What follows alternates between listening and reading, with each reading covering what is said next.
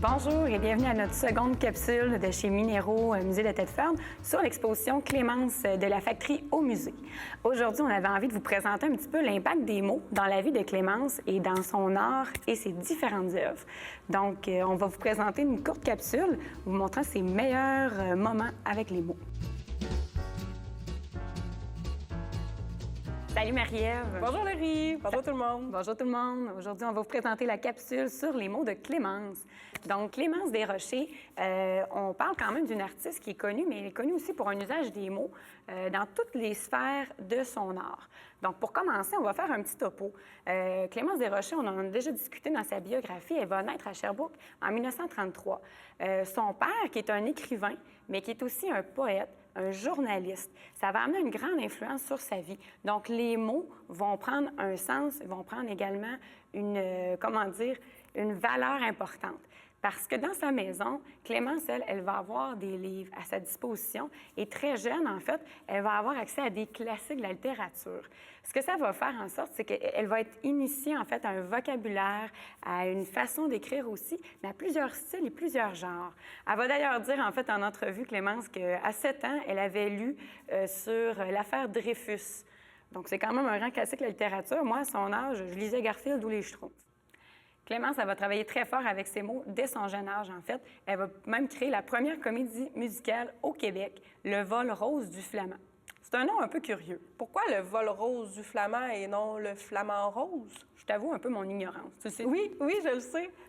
C'est que son père savait qu'il y avait déjà ce nom-là d'utiliser ailleurs, le flamand rose, pour une autre compagnie ou une autre œuvre, et avait peur de se faire poursuivre pour plagiat. Un fort bon conseil, finalement. Oui. Bien, cette œuvre-là, ça a quand même été la première comédie musicale qui va être produite au Québec, qui va être écrite également par une femme. Donc, c'est quand même quelque chose de notable. Et même Michel Tremblay va dire qu'il va s'en inspirer dans ses œuvres. Pour faire la suite, je vous parle un petit peu de l'humour de Clémence, parce qu'on connaît beaucoup Clémence pour ses monologues, mais c'est un style de l'époque. Puis il faut comprendre également d'où ça vient. Hein, on se met un petit peu dans le contexte. L'école de l'humour, ça n'existait pas à cette époque-là. Il faut penser également qu'il n'était pas là pour aider à monter un spectacle au complet et les textes. On n'avait personne pour nous tenir la main. Donc, Clémence, quand elle va commencer à écrire ses monologues ou encore ses textes d'humour, elle va vraiment le faire par elle-même, puis elle va aller chercher des thématiques qui sont intéressantes pour la femme et pour les gens un peu du quotidien. Donc, elle va vraiment aller utiliser des thématiques même un peu choquantes pour l'époque. On va parler de l'avortement, on va parler même du suicide, on va pouvoir parler aussi des thématiques comme la ménopause, donc même le vieillissement du corps de la femme. Comment ça fonctionne un monologue? C'est que le monologue, en fait, on va parler avec un personnage unique. Le personnage à l'avant va soit s'incarner lui-même ou encore incarner un autre personnage. Et à ce moment-là, il va créer une histoire qui va se poursuivre. Il va y avoir un fil tout au long de l'expérience.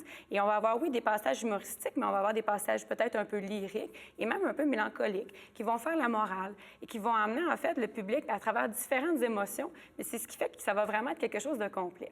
Donc, on n'est pas nécessairement dans un style comme Mariana Mazza aujourd'hui ou encore Martin Matt avec du stand-up de comique. D'ailleurs, ces monologues, comme je vous l'ai dit, vont utiliser quand même des thématiques qui sont assez surprenantes et puis qui vont amener même des réflexions au niveau de la société. Pas vrai, Marie-Ève? Oui, effectivement. On a parlé dans une capsule précédente de Yvon Deschamps, qui avait ouvert le cabaret à Clémence à l'époque. Yvon Deschamps, dans une entrevue, va dire, en écoutant les monologues à Clémence, il en apprenait sur ses blondes. Parce que Clémence Desrochers disait des choses que les femmes de l'époque n'osaient même pas dire à leurs conjoints. Donc, ça permettait aux hommes de mieux connaître les femmes. Merci, Clémence, d'avoir permis aux hommes québécois de mieux connaître leurs blondes. Dire des choses haut et fort, finalement, qu'on n'osait peut-être pas à ce moment-là. Hein? Effectivement. Clémence, ça va également faire un usage des mots qui va être assez intéressant. On va voir, en fait, dans ces thématiques qu'elle va utiliser un ton, mais elle va également utiliser un vocabulaire qui va être près des gens. En fait, ça va vraiment créer un clash, si on veut, entre le vocabulaire qui est utilisé dans les médias de l'époque. Donc, on utilisait un français très académique, très parlé, tandis que Clémence, elle va se rendre compte, en fait, que c'est pas une langue qui la rejoint dans ses spectacles. Elle va plutôt engager, en fait, un langage typiquement québécois. On va même sacrer parfois dans ses thèmes. Puis pourquoi? C'est parce que pour elle, c'était plus près de la réalité. D'ailleurs, je pense que tu as entendu quelque chose en entrevue qui était assez intéressant. Oui, oui, quand elle parlait de sa revue qu'elle a fait, les Girls, elle disait, on va à l'école pour apprendre une langue qu'on ne parle pas.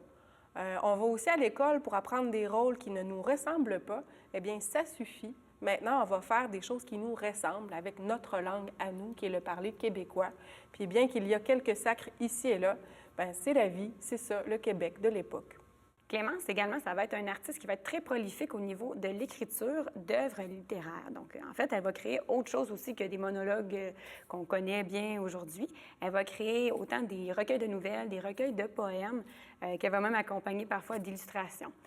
C'est quand même 15 recueils qu'elle va créer au long de sa carrière de 60 ans. Donc, c'est un artiste quand même qui va avoir beaucoup de créativité au niveau de ses mots et de son usage. À travers ces thématiques, elle va utiliser beaucoup la nature, la douceur. Elle va parler de son jardin. Elle va parler de son enfance également. Ça va se répercuter également dans un autre type d'écriture qui va être à ce moment-là au niveau de la chanson. Donc, Clémence va créer énormément de chansons qui vont être surtout sur le thème de la ballade et puis qui vont s'inspirer, oui, autant de son enfance, ils vont s'inspirer également de thématiques comme l'amour, des thèmes aussi comme le vieillissement, en fait. Donc, il y a deux petites chansons que je vous suggère particulièrement. Donc, La vie de factory et également Deux vieilles, qui sont deux belles ballades à découvrir. Donc, comme je vous dis, c'est quand même 16 disques qu'elle va créer durant toute sa carrière. C'est quand même assez impressionnant. Par rapport à ça, en fait, je vous relance à Marie-Ève par rapport à son écriture. Oui. Elle avait une technique assez spéciale, je pense. Oui, c'est vrai, absolument. Clémence Desrochers, sa technique d'écriture est la suivante. Elle note dans des carnets tout ce qu'elle voit, tout ce qu'elle vit, au jour le jour, au fur et à mesure qu'elle le vit. Et quand elle décide de faire un show, un disque, une œuvre littéraire, elle prend ses carnets, elle s'enferme dans une pièce pendant des mois. Elle réprime ses envies d'aller dans la nature, en vie sociale, peu importe. Elle se confine, finalement. Oui, c'est ça, finalement, c'est comme un confinement. Et elle va mettre sur papier son œuvre, qui est issue, dans le fond, de ses carnets et de ses notes au quotidien. Donc, c'est ce qui explique probablement également son écriture et ses thématiques très campées dans le présent, très campées dans la réalité de Clémence Desrochers. Dans ses émotions et tout. Oui, ouais. C'est ça. Ah, je comprends. Bien, j'espère qu'on vous a fait découvrir un beau côté de Clémence, c'est-à-dire tous ses mots, son usage.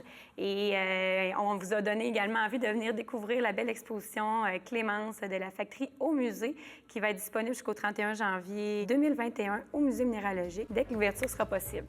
Alors, on vous invite pour une prochaine capsule qui va vous inviter en fait, à découvrir l'univers de Clémence, peut-être plus sur son féminisme la prochaine fois. Pourquoi pas? Donc, merci, à la prochaine.